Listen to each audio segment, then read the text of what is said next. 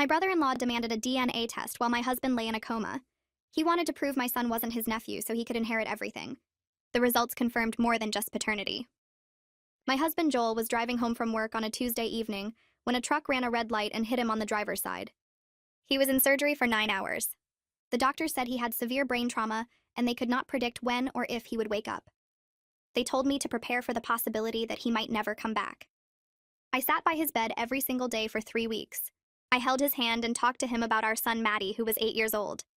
I told him about Maddie's soccer games and his spelling tests, and how he asked about his dad every night before bed. I played Joel's favorite music on my phone. I read him the sports section from the newspaper because he always complained that I never cared about basketball. I did everything I could think of to bring him back. Joel's brother Frank showed up at the hospital on day 4. He stood in the doorway of the room and looked at Joel hooked up to all those machines. He did not cry. He did not even look sad. He asked me about Joel's life insurance policy. I told him I did not want to talk about that while my husband was still fighting for his life. Frank said I was being naive and that someone needed to think about practical matters. He said Joel had a lot of assets, and we needed to figure out who would manage them if he never woke up. I asked him to leave. He left, but he came back 3 days later with papers. He said he talked to a lawyer about Joel's estate. He said that as Joel's only sibling, he had questions about the line of inheritance. He said specifically that he had concerns about Maddie. I asked what concerns he could possibly have about an 8-year-old boy. That is when Frank said he did not believe Maddie was Joel's biological son. He said Maddie did not look anything like Joel. He said Maddie had darker hair and different eyes. He said he always thought it was suspicious that I got pregnant so quickly after Joel and I started dating. He said I probably trapped Joel with another man's baby, and now I was trying to steal the family money. I could not speak for a long time. I just stared at him standing there in the hospital room next to his unconscious brother, accusing me of something so horrible. I asked him if he seriously came here to call me a liar and a cheat while Joel was in a coma. He said he was protecting his brother's legacy. He said Joel worked hard for everything he had, and Frank was not going to let some woman and her bastard child take it all. He actually used that word. Bastard. About my son. About his nephew. He demanded a DNA test. He said if I refused, it would prove I had something to hide. He said he would get a court order if he had to. He said once he proved Maddie was not Joel's son, he would petition to have himself named as Joel's next of kin and take control of all the assets. I told him to get out. I told him if he ever came near me or my son again, I would call security. He smiled and said he would see me in court. Frank filed his petition 2 weeks later. His lawyer argued that there was reasonable doubt about Maddie's paternity and that a DNA test was necessary to determine rightful inheritance.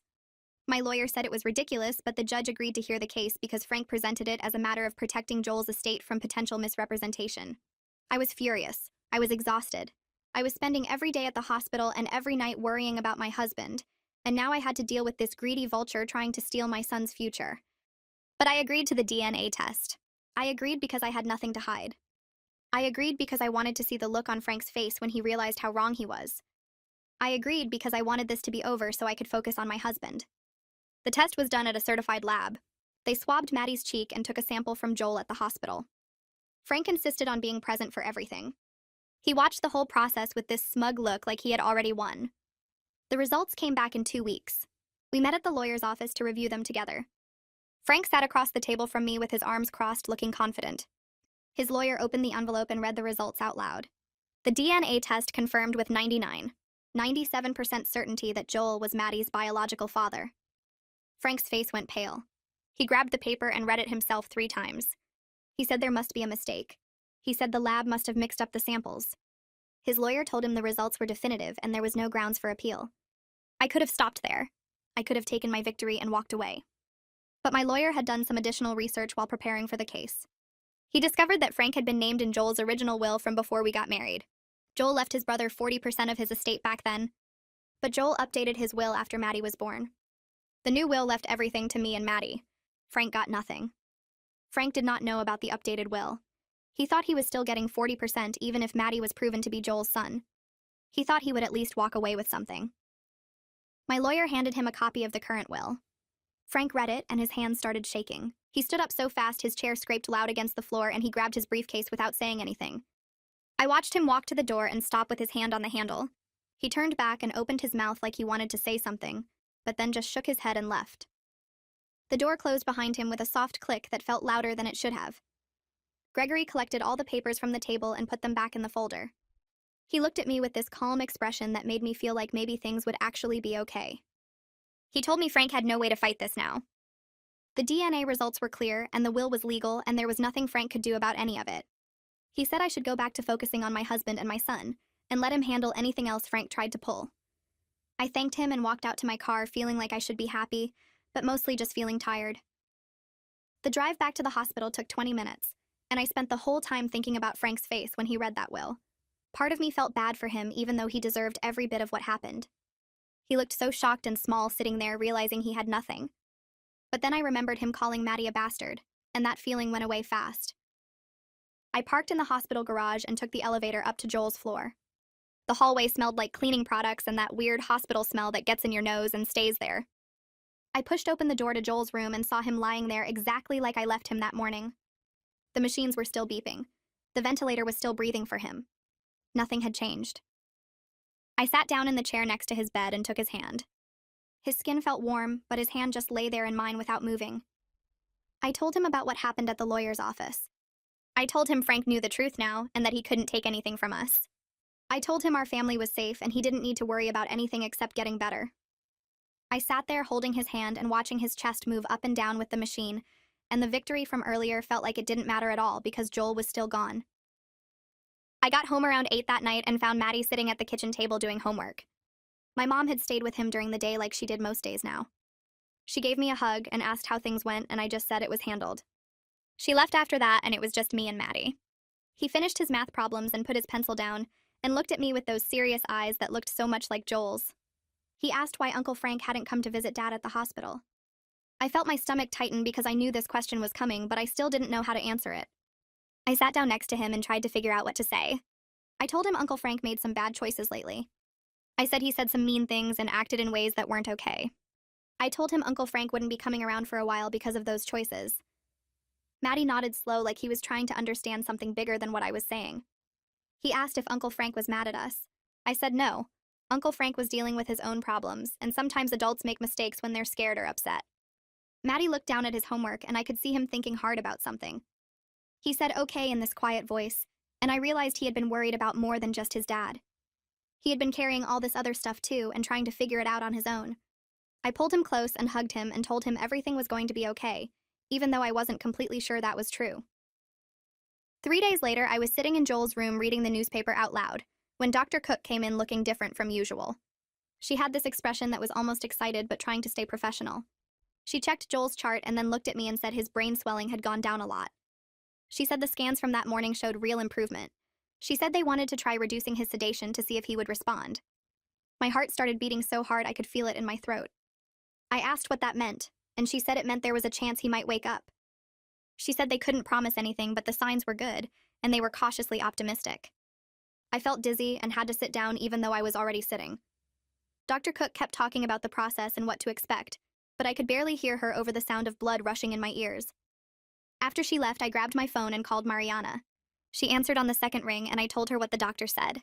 She said she would be there in 30 minutes. I needed someone with me for this. I needed someone to sit with me through the scary hope that Joel might actually come back. A week passed and nothing happened. They reduced the sedation, but Joel stayed asleep. Dr. Cook said that was normal and we needed to be patient, but every day felt like forever. Then one night at 11, my phone rang. I saw Frank's name on the screen and almost didn't answer. I stared at it, ringing in my hand, trying to decide if I wanted to hear whatever he had to say. Finally, I answered. His voice sounded rough and smaller than I remembered. He said he knew I wouldn't forgive him. Then he started talking about how he always felt like Joel's lesser brother. He said Joel was smarter and more successful, and everyone liked him better. He said when he found out about the accident, he panicked. He said he thought about being left with nothing while Joel's family got everything, and he just lost it. He said he knew what he did was wrong, but he was scared and desperate and he wasn't thinking straight. I cut him off before he could say anything else. I told him I didn't care about his insecurity or his fear. I said his problems didn't give him the right to call my son a bastard. I said trying to steal Maddie's inheritance while Joel was fighting for his life was unforgivable. I said I didn't want to hear his excuses. Frank went quiet on the other end. I could hear him breathing, but he didn't say anything for a long time. Then he asked if Joel was getting better.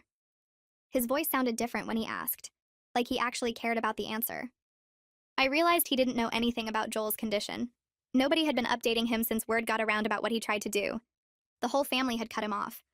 I told him the doctors were hopeful, but we were still waiting.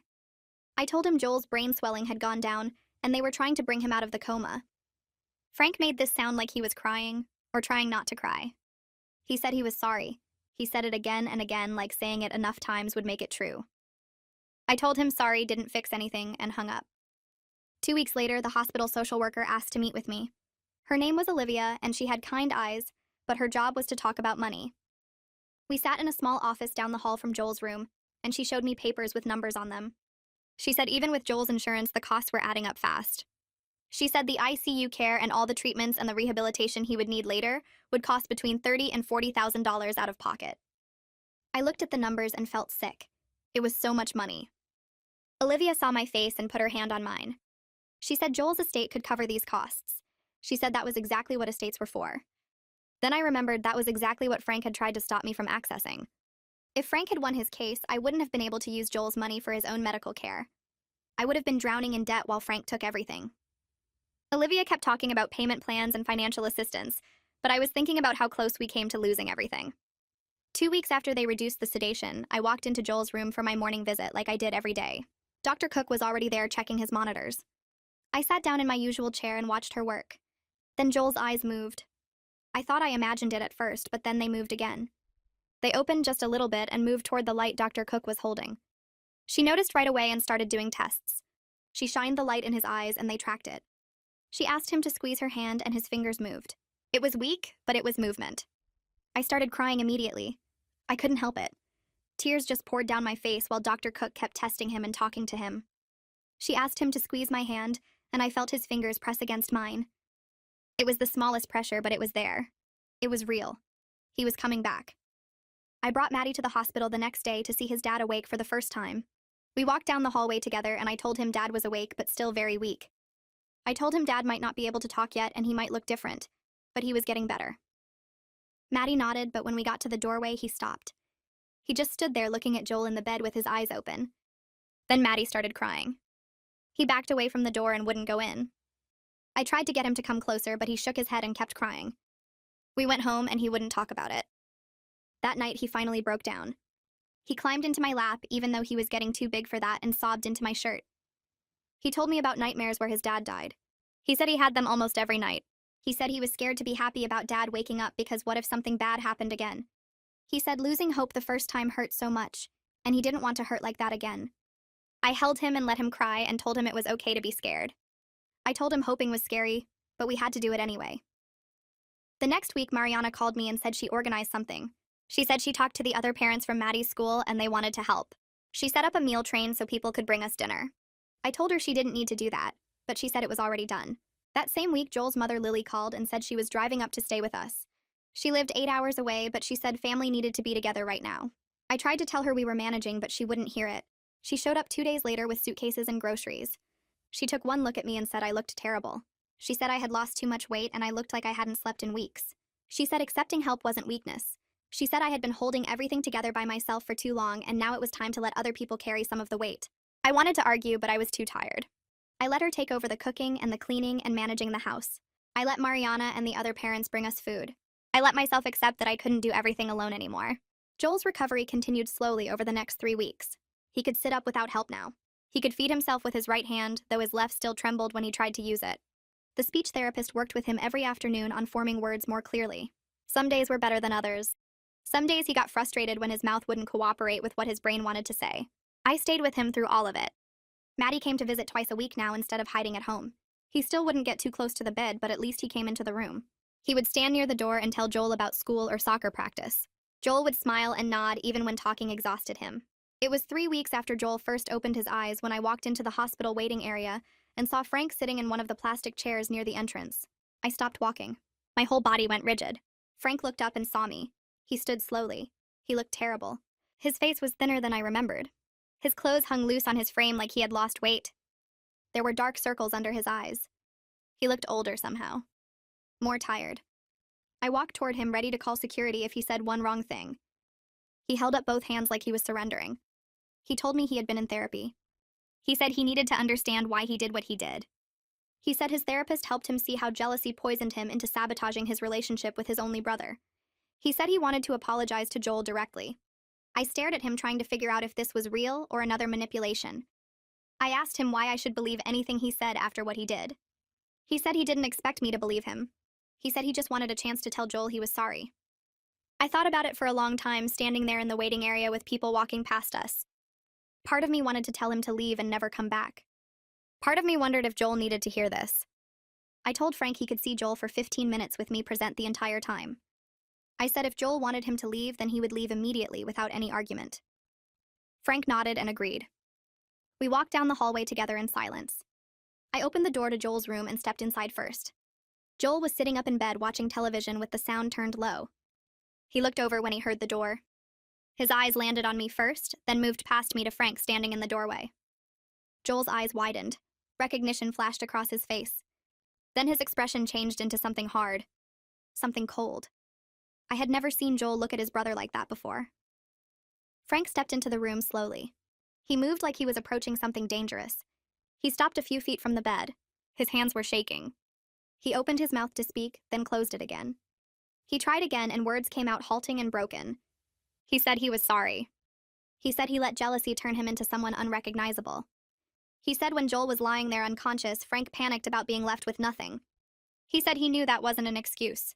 He said what he did was unforgivable. He said he accused me of horrible things because he was scared and angry, and convinced himself Joel always got everything while Frank got nothing. His voice cracked when he said he called Maddie a bastard. He said he would regret those words for the rest of his life. Joel listened without interrupting. His face stayed hard the whole time Frank talked. When Frank finally stopped, Joel was quiet for almost a minute. Then he spoke in a weak voice that still carried weight. He asked why Frank thought he deserved Joel's money more than Joel's own son. Frank's face crumpled. Tears started running down his cheeks. He said he didn't have a good answer. He said he was wrong about everything. Joel watched his brother cry, and his expression softened slightly, but the hurt was still there in his eyes. Joel told Frank he needed time to decide if their relationship could be salvaged. He said either way, Frank would never be involved in decisions about Maddie or the family estate. He said those boundaries were permanent. Frank wiped his face with his sleeve and nodded. He said he understood. He said he would respect whatever Joel decided. He pulled a piece of paper from his pocket and set it on the bedside table. He said it had his contact information. He said Joel could reach out if and when he was ready. Then Frank looked at me. He said he was sorry to me too. He said he knew sorry wasn't enough, but he meant it. Then he left. I sat down in the chair next to Joel's bed. Joel stared at the closed door for a long time. Then he looked at me and asked if I thought Frank meant it. I said I didn't know. I said people could change, but it took more than words. Joel nodded slowly and closed his eyes. The physical therapist started working with Joel the next week once the doctors agreed he could sit up reliably without support. I watched through the window as the therapist helped Joel stand for the first time. He gripped the walker so hard his knuckles turned white. His legs shook. He took one step forward and almost fell. The therapist caught him and helped him back to sitting. They tried again. This time Joel made it 3 steps before his legs gave out. By the end of the session, he walked 10 feet with the walker. Proud and heartbroken at the same time. 10 feet. That was all he could manage. The therapist came out after and explained that recovery would take months of intensive work. She said Joel would likely have some permanent mobility limitations. She said he would need ongoing support with balance and coordination. She said we should prepare for a long road ahead. I thanked her and went back into the room. Joel was lying in bed looking exhausted. He asked how it looked from outside. I told him it looked like progress. He smiled a little, but I could see the frustration in his eyes. Maddie started weekly sessions with Clara the following week. Clara was a child therapist who specialized in family medical trauma. The first 2 appointments, Maddie came home and wouldn't talk about what they discussed. He just went to his room and closed the door. After the 3rd appointment, something changed. We were eating dinner together at the kitchen table when Maddie put down his fork and started talking. He said he was scared of being happy about Dad improving because something bad might happen again. He said Clara was teaching him that protecting yourself from disappointment also blocks out joy. He said he was trying to let himself feel happy even though it was scary. I reached across the table and took his hand. I told him I was proud of him for talking about it. He squeezed my hand back and kept eating. It was a small moment, but it felt huge. Joel's cognitive function improved enough by the 5th week that we could have real conversations again. I sat with him one evening after Maddie went to bed and we talked about Frank's betrayal. I watched Joel process the hurt of what his brother did while he was physically vulnerable and unable to defend himself or his family. Tears ran down Joel's face. He said he always knew Frank resented him, but he never imagined that resentment could turn so vicious. He said he needed to grieve the brother relationship he thought they had. He said the Frank who came to apologize seemed different from the Frank who demanded the DNA test, but Joel didn't know if that change was real or temporary. I held his hand and let him talk through it. I didn't try to tell him what to feel or what to do. I just listened. Duncan called Joel's hospital room phone a few days later. I answered, and Duncan asked to speak to his son. I held the phone to Joel's ear since his left hand still wasn't steady enough. Duncan told Joel he had cut off contact with Frank until Frank demonstrated genuine change through consistent actions over time. He said apologies were easy, but behavior change was hard. He said he wouldn't watch Frank hurt Joel again. Joel listened and then asked me to hold the phone so he could respond. He told his dad he appreciated the support. He said he might eventually forgive Frank even if their relationship never returned to what it was before. He said holding on to anger took energy he needed for recovery. Duncan was quiet for a moment, then said he understood. He said he would support whatever Joel decided. They talked for a few more minutes about Joel's progress before hanging up. 10 weeks after the accident, Joel got cleared to come home. The doctor said he needed outpatient therapy 3 times weekly and home health aide visits for daily support. I spent 2 days rearranging our house to accommodate his walker. I moved furniture to create wider pathways. I installed grab bars in the bathroom next to the toilet and in the shower. I bought a shower chair so Joel could sit while washing. I moved our bedroom to the first floor since Joel couldn't handle stairs yet. I felt nervous excitement about having him home, but also anxious about managing his care needs. What if something went wrong? What if I couldn't handle it? Mariana came over the day before Joel came home and helped me finish setting everything up. She told me I was going to do fine. She said I had already handled the hardest part. I wanted to believe her. Joel's homecoming was emotional and exhausting. The hospital transport brought him home in a wheelchair even though he could walk short distances with the walker. Maddie stood on the front porch waiting. When Joel came up the ramp I had installed, Maddie started crying. He wanted to hug his dad but was afraid to hug too hard. Joel pulled him close carefully and they both cried. We got Joel inside and settled in the first floor bedroom. He needed to rest after just the trip home. That first day he slept most of the time. When he was awake, he needed frequent breaks between short activities. Walking to the bathroom exhausted him. Eating lunch tired him out. Everything took so much effort. That first night we lay in bed together for the first time in 3 months. Joel was on his back because lying on his side hurt his ribs that were still healing. I lay next to him, careful not to bump his injured arm. The room was dark and quiet. Joel reached over with his good hand and found mine. He whispered thank you for protecting our family when he couldn't. His voice cracked on the last word. I squeezed his hand and told him we protected each other. I told him I couldn't have done any of it without knowing he was fighting to come back to us. We lay there holding hands in the dark, and I realized we had both been carrying impossible burdens that we could finally start sharing again. The next morning, I woke up to the sound of Joel's walker scraping across the hardwood floor. He was trying to get to the bathroom by himself. I jumped out of bed and caught up to him in the hallway. He looked frustrated when I asked if he needed help. He said he wanted to do it alone. I understood that feeling, but I also knew he wasn't steady enough yet. We compromised. I walked behind him without touching unless he started to lose balance. It took him almost 5 minutes to cover the 15 feet to the bathroom door. When he finally made it, he was breathing hard and sweating. I helped him sit down on the toilet and waited outside the door. These small tasks that used to take seconds now exhausted him completely. After he finished, I helped him back to bed. He fell asleep within minutes. I went downstairs and found Maddie already awake eating cereal at the kitchen table. He asked if Dad was okay. I told him Dad was just tired from walking. Maddie nodded, but I could see the worry in his eyes. He had started sleeping with his bedroom door open, so he could hear if something happened during the night. The physical therapy appointments became the structure around which we built our days. Joel had sessions on Monday, Wednesday, and Friday mornings at 9. I would help him get dressed and into the car. The drive to the therapy center took 20 minutes. Joel would work with his therapist for an hour doing exercises to rebuild his strength and balance. I sat in the waiting room and usually caught up on bills or made phone calls to insurance companies. The medical bills kept coming even though most were covered. There were always co-pays and deductibles and things insurance decided not to cover. After therapy, we would drive home and Joel would need to rest for at least 2 hours. He hated how tired everything made him. One afternoon, about 3 weeks after he came home, Joel tried to walk to the mailbox at the end of our driveway. I was in the kitchen making lunch when I looked out the window and saw him halfway down the driveway with his walker. My heart jumped into my throat. The driveway sloped downward and I was terrified he would lose control of the walker and fall. I ran outside and caught up to him. He told me to leave him alone. He said he needed to do this. I stayed a few steps behind him the whole way. He made it to the mailbox and back without falling. When we got inside, he collapsed into his recliner and cried. He said he used to run 5 miles every Saturday morning, and now he couldn't even walk to get the mail without almost passing out. I sat on the arm of the chair and rubbed his shoulder. I told him 3 weeks ago he couldn't sit up in bed by himself. I told him progress was happening even when it felt too slow. 4 months after the accident, Gregory called to say all the estate paperwork was finalized. The medical expenses had been paid from Joel's accounts. The insurance settlements were processed. Everything was legally secured. I felt relief wash over me that I didn't know I had been holding back. The constant worry about money had been sitting in my chest like a weight. It wasn't completely gone because we still had ongoing therapy costs and medication expenses. But it was manageable now. I could focus on helping Joel recover instead of lying awake at night wondering if we would lose the house. 5 months after the accident, I was folding laundry in the living room while Joel napped upstairs. Maddie was at the school. The house was quiet.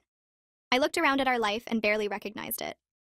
The downstairs had become Joel's recovery space with his walker parked by the couch and his medications lined up on the kitchen counter. Maddie's soccer trophies still sat on the shelf, but there were new things too. Therapy schedules taped to the refrigerator, a shower chair in the bathroom, grab bars on the walls. I realized I had strengths I never knew existed. I had fought off Frank's legal attack while my husband was unconscious. I had managed insurance companies and medical bills and therapy appointments. I had kept Maddie together emotionally while dealing with my own fear. I had learned to accept help from Lily and Mariana instead of trying to do everything alone. I had learned to set boundaries with people like Frank who tried to hurt my family. These weren't things I thought I could do before the accident. 6 months after the accident on a Tuesday morning, I watched from the kitchen window as Joel walked Maddie to the school bus stop. Joel was using just his cane now, no walker. He still moved slowly and carefully, but he could do it. Maddie walked beside him carrying his backpack. They stood together at the corner waiting for the bus. Joel put his hand on Maddie's shoulder. When the bus came, Maddie hugged his dad before climbing on. Joel stood there and waved until the bus turned the corner. Then he walked back to the house by himself. I met him at the door. He was smiling. It was the first real smile I had seen in 6 months. We had survived the worst thing I could imagine. We had come through it changed but together. Joel would never be exactly who he was before the truck hit him. Maddie would always carry the memory of almost losing his father. I would always remember Frank's betrayal and the fight to protect my family. But we were moving forward together with hope and gratitude for each other and clear understanding of what really mattered when everything else got stripped away.